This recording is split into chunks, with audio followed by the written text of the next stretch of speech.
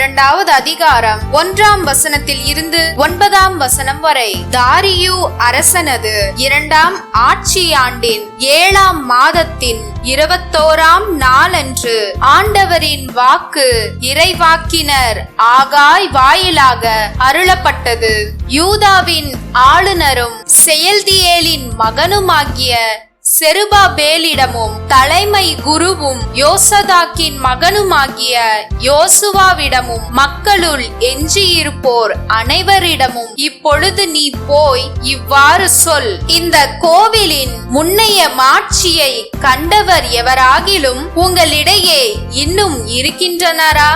இப்போது இது உங்களுக்கு எக்கோலத்தில் தோன்றுகிறது. இது உங்கள் பார்வையில் ஒன்றும் இல்லாதது போல் தோன்றுகிறது அல்லவா? ஆயினும் செருபாபேலே, மன உறுதியோடு இரு என்கிறார் ஆண்டவர். தலைமை குருவும் யோசதாக்கின் மகனுமாகிய யோசுவாவே, மன உறுதியோடு இரு.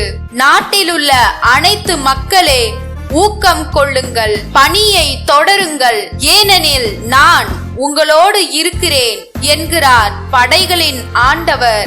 நீங்கள் எகிப்தினின்று புறப்பட்டு வந்தபோது உங்களுக்கு நான் அளித்த வாக்குறுதியின்படி உங்கள் நடுவில் எனது ஆவி நிலை கொண்டிருக்கிறது. அஞ்சாதீர்கள், ஏனெனில் படைகளின் ஆண்டவர் கூறுவது இதுவே.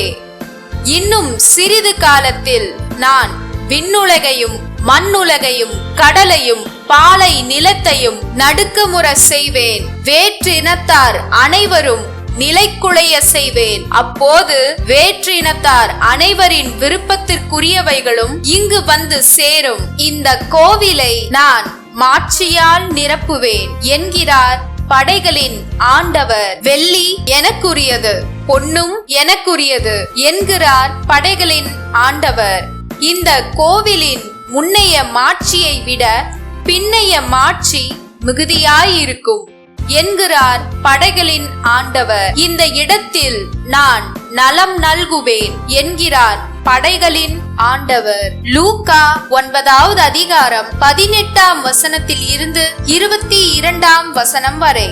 அக்காலத்தில் இயேசு தனித்து இறைவனிடம் வேண்டிக் கொண்டிருந்த போது சீடர் மட்டும் அவரோடு இருந்தனர்.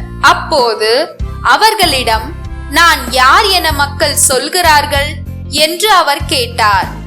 அவர்கள் மறுமொழியாக, சிலர் திருமுழுக்கு யோவான் எனவும், வேறு சிலர் எலியா எனவும், மற்றும் சிலர் முற்காலத்து இறைவாக்கினருள் ஒருவர் உயிர்த்தெழுந்துள்ளார் எனவும் சொல்கின்றனர் என்றார்கள்.